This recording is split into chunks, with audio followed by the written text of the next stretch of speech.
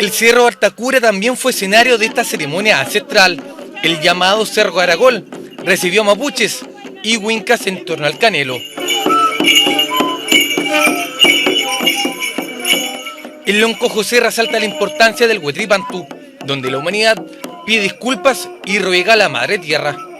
Este tiene mucho significado para nosotros porque estamos renovando nuestra cultura. Porque este se había perdido mucho tiempo, entonces estamos recuperando esto y ojalá que siga más adelante mucha más gente que viene atrás, los jóvenes sobre todo, que no se olvide de esta cultura porque es muy importante. Nelson conoce la historia del pueblo mapuche a cabalidad. Tras un año de investigación, hace 2 meses publicó un libro que rescata una serie de fuentes documentales, como entrevistas a personajes y autoridades del movimiento indígena.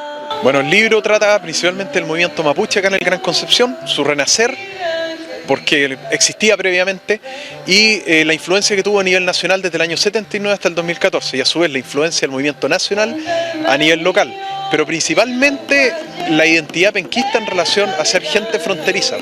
El hecho de que este encuentro entre la cultura chilena y la cultura mapuche ha encontrado una cuna acá en Concepción.